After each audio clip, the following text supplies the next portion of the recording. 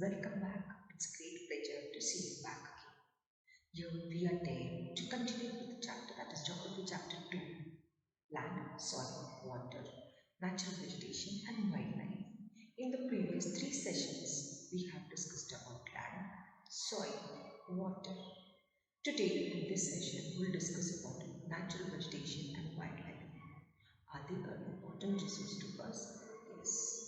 Natural vegetation is the vegetation which we get in the forest, and they are very useful to us. Medicinal herbs also we get in the forest. Not only that, the things which we use in our day-to-day life, those also are available in the forest. Wildlife. Yes, students, wildlife are also very important in our life. So let's study about it in this session. And wildlife.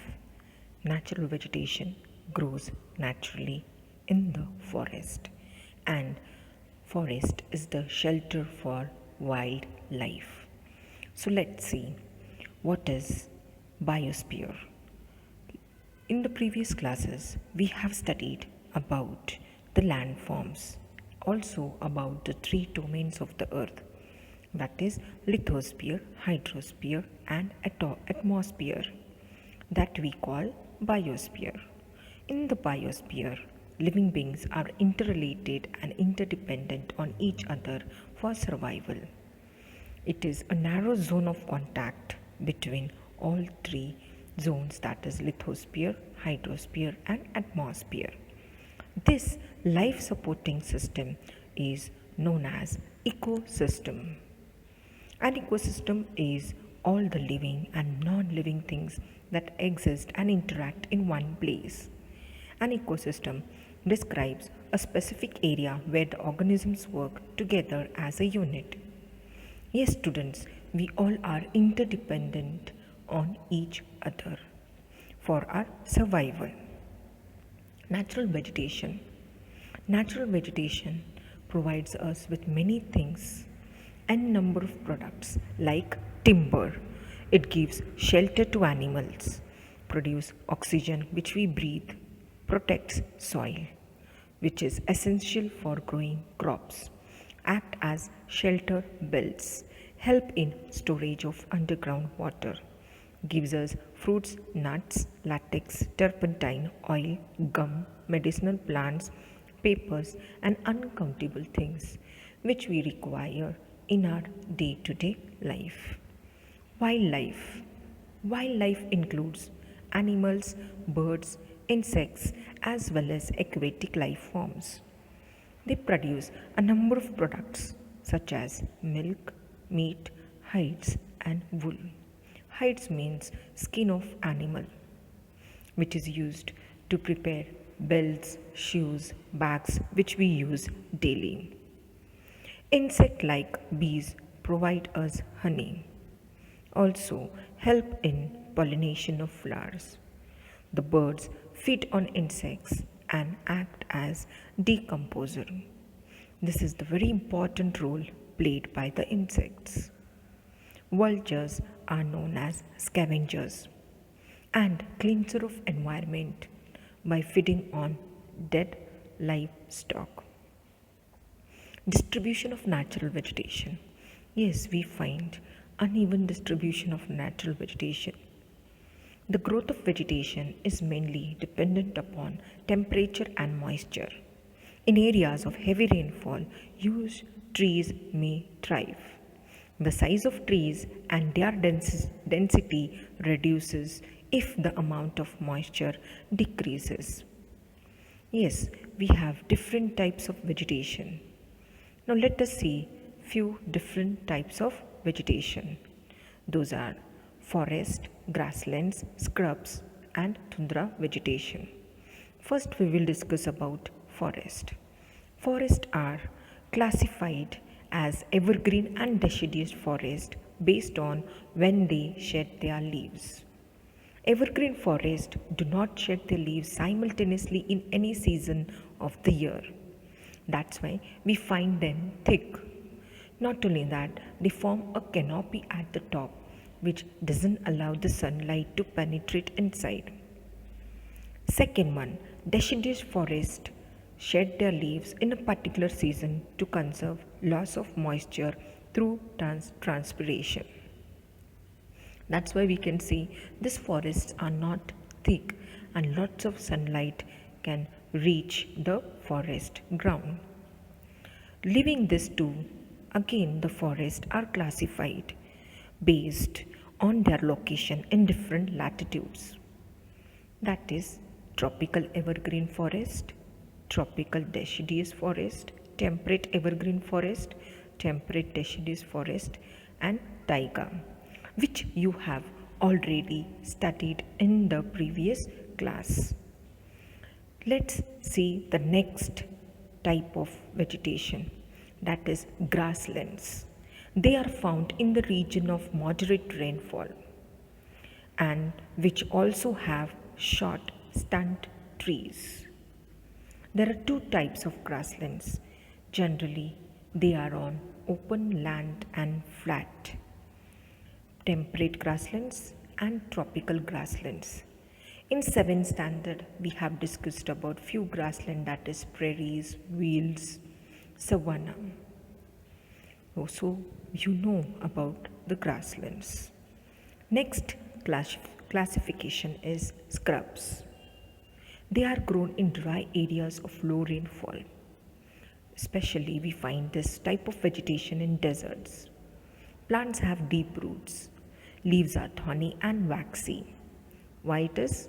To reduce loss of moisture through transpiration. Next, tundra vegetation. This type of vegetation is found in cold polar regions. It comprises of mosses, liches, birches, willow trees, and junipers. So, this type of vegetation grows in the cold regions. Okay, by now we discuss how the natural vegetation and wildlife is useful to us. Okay, but we can see that it is getting affected by the human and natural factors. Let's see how it is getting affected.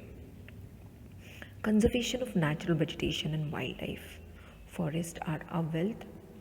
Plant gives shelter to the animals and together they maintain the ecosystem. Due to the change of climate and human interferences, many species have become endangered and some are on the verge of extinction.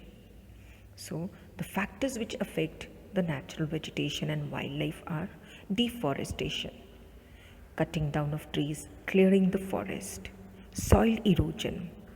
Cutting down the trees again loses the soil and soil gets eroded. Landslides is a natural calamity, but the intensity of landslide can be reduced using mitigation mechanism. Tsunami, construction activities. Construction activities again a human activity to construct factories, industries, and to build dams. Many of the time, the forest area is cleared up. Forest fire occurs due to the nature. So these are the factors which affect the natural vegetation and wildlife. Okay, not only this, one more the most important human activity is poaching. The animals are poached for collection and illegal trade of hides, skins, nails, teeth, horns, as well as feathers. Now, this is called as poaching. Because of this, a sharp decline in the number of particular species is taking place. Some of these animals are tiger, lion, elephant, deer, black buck, crocodile, rhinoceros, snow leopard, ostrich, and peacock. So, government has taken few measures to prevent this wildlife. Now, let's see few conservative measures which can be taken to prevent natural vegetation and wildlife.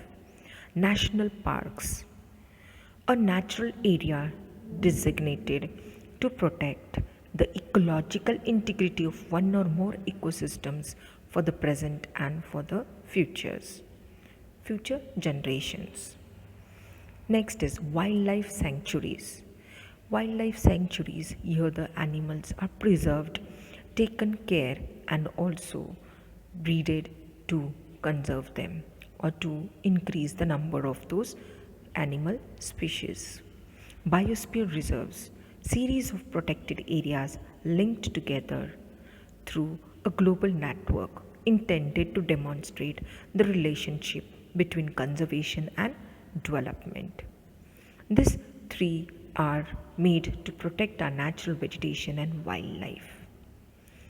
Rather than that, conservation of lakes, creeks, and wetland is necessary to save the precious resource from depletion, which will prevent or save our aquatic life.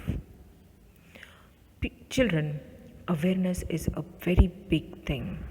If the people are made aware of the situation, then surely they will participate and take care of this. That is, awareness programs like social forestry and Vana Mahotsava. Many countries have passed laws against the trade as well as killing of birds and animals. Yes, also in India, killing lions, tigers, deers, great Indian bustards, and peacocks is illegal. If it is found that they are killing them, then they are being punished. It can be jail or a compensation, a fine they have to pay.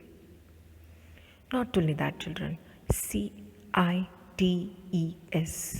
the Convention on International Trade in Endangered Species of Wild Fauna and Flora, is an international agreement between governments.